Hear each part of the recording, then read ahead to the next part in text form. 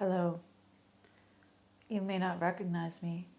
This is Canadian Karen. Different from the Cuban Karen, from the Europe Karen, from the Mexico Karen, from the Dominican Republic Karen, from the Ottawa Karen. I am here at my parents' house in north of Toronto on the lake. The question of where to live is on many of our minds. As you may know, I channeled a book in 2019 outlining many coming global changes in what is called the Grand Reorganization. There's a chapter about it in my book, Alchemy of Consciousness. And part of this global shakeup that's happening right now is that many of us are being called to live on a different place on our planet, and that we are being really called to go to very specific places. This is something I've experimented with, but I've also really learned a lot about through the lens of human design. So today I'd like to share with you this lens so that it can help you become more aware of place and your connection to where you are. In human design, the G center has several themes that you wouldn't necessarily think would go together. Identity, so who you see yourself as. Love, who you love and how you love. Direction and purpose in life. So those of us that have a defined G center will tend to have a pretty solid identity that doesn't really change, that's actually fixed. We'll have a similar way of loving and who we love, who and how we love, and we will also have a sense of our direction in life. Those who have an undefined G center have an undefined identity, way of loving, and access to their sense of direction. So this means that those aspects of their life are not fixed. They are open. They can be shifting and fluid and flowing. For example, in the realm of identity, people with the Undefined G can be embracing and having many identities. Like when they're around the knitting nannies, they can become like the knitting nannies. And then 2 seconds later, they're with the motorcycle people and they become like the motorcycle people because they're taking in and amplifying identities. Same with love. The way that they love may not be consistent. It can be this way one day and another way the next day, and their love can move in and out. It's not fixed.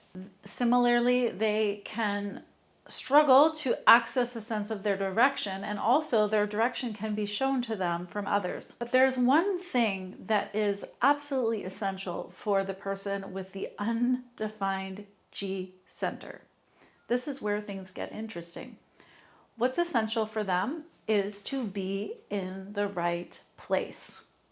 And by the right place, that simply means the place they resonate with, the place where they want to be, a place they like.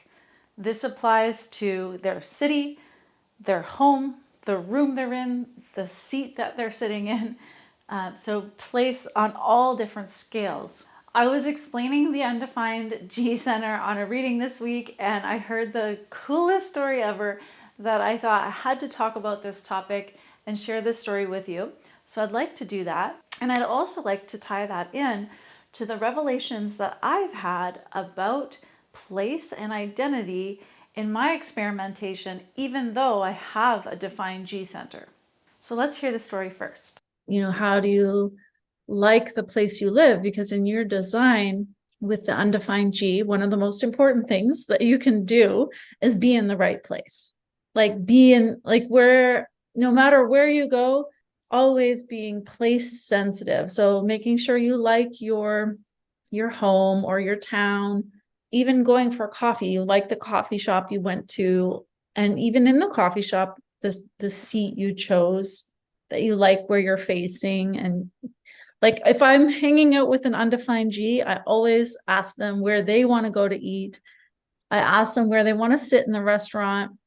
I've been on vacation with an undefined G, and we get in the hotel room and she doesn't like the hotel room, so we need to go to a different one. And I always honor that, because if that person's not in the place they feel good, it ruins everything for everybody. They need to be in the right place for them. That's something for you just to be tuned into, is like, how do I feel in my home? Like at this moment, you still love your home. So that's really all you need to know. But there you can be aware, like I found over time, because I've lived in many places, like sometimes I just feel like, oh wow, this town is actually kicking me out. Like the energies are kind of like moving me out of here. And that's something you can just feel. So you'll be able to be aware of what's right for you through how it feels. That all resonates with me. Everything you just said is absolutely me. Sitting, I usually have to sit in a certain seat in a restaurant. Like I don't, you know what I mean? I don't want my back to everyone. I want to see everyone. I don't know. I've got all kinds of little quirky things that I do. Yes.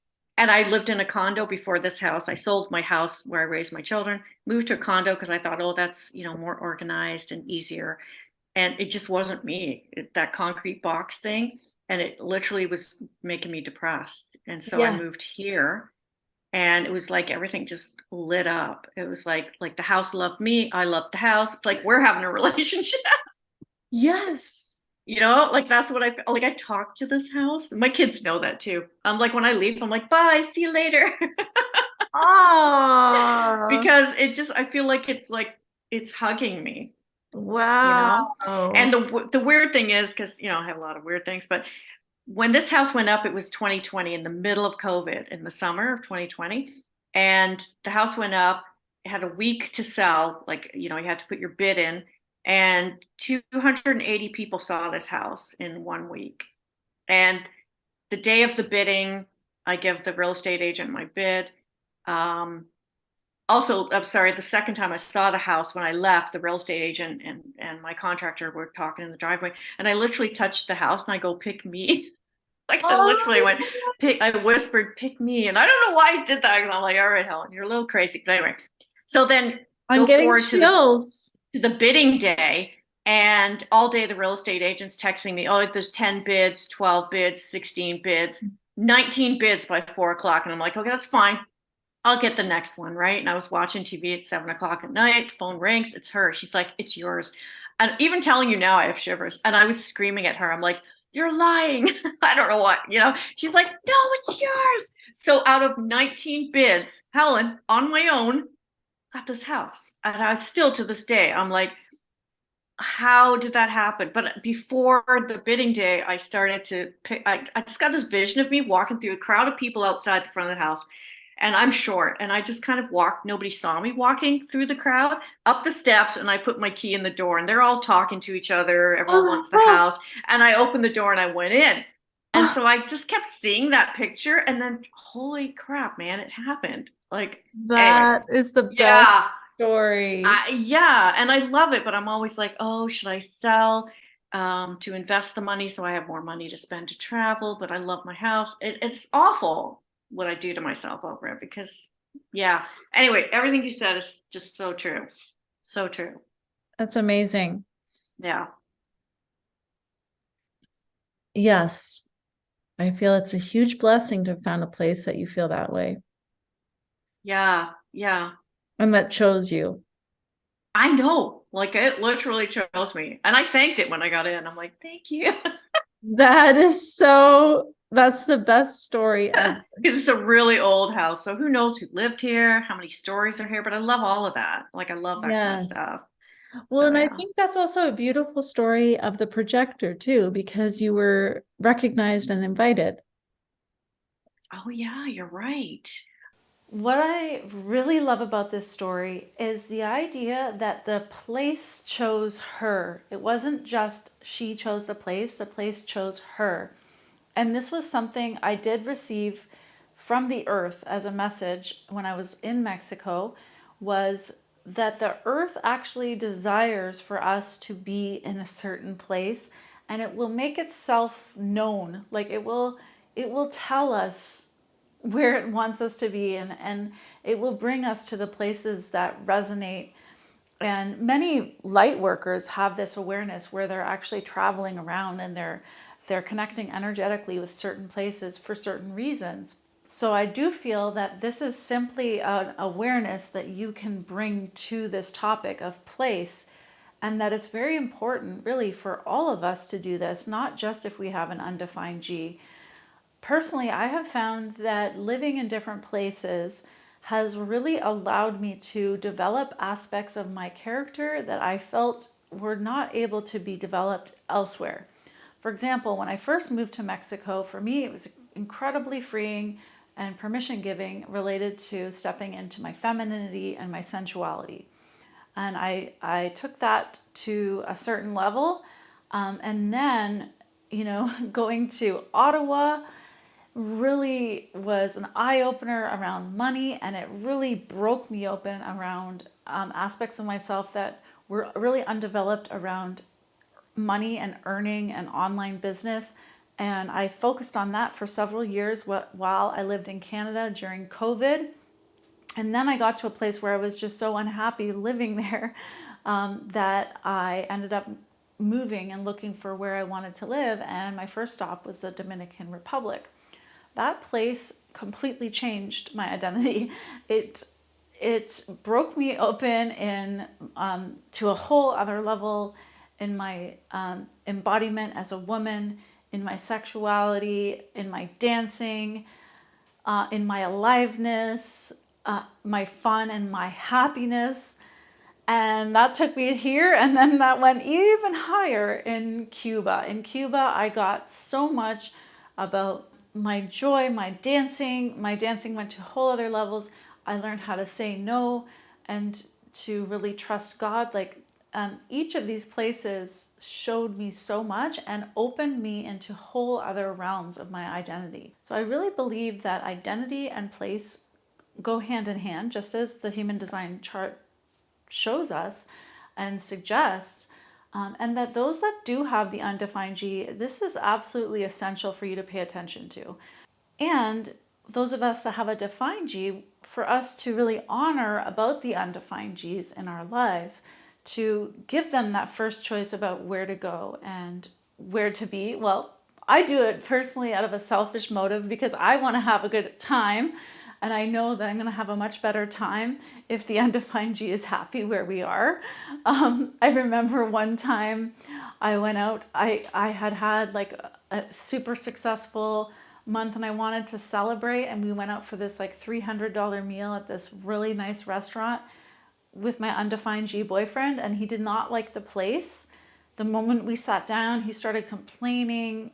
And he wasn't really a complaining type, but he was just super uncomfortable being there. Like he couldn't enjoy the experience at all, and it just ruined it for me.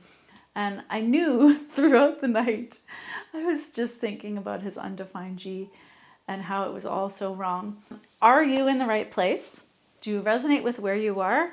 If you don't, maybe there's some changes you can make. Even within your home, you can paint the walls. You can make adjustments within your current circumstances.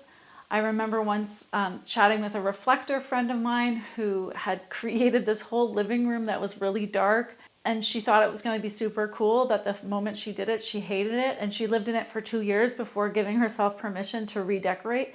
And now it is so beautiful. She loves it, and she was even featured in a magazine for how friggin' gorgeous this living room is. Do what you can to honor place sensitivity. And, in my view, if you need to move. Now is the time to be tuning in to where do you resonate with and where do you need to be right now. So let me know in the comments below how this applies for you. I'm super curious, and I look forward to seeing you in next week's video. Bye.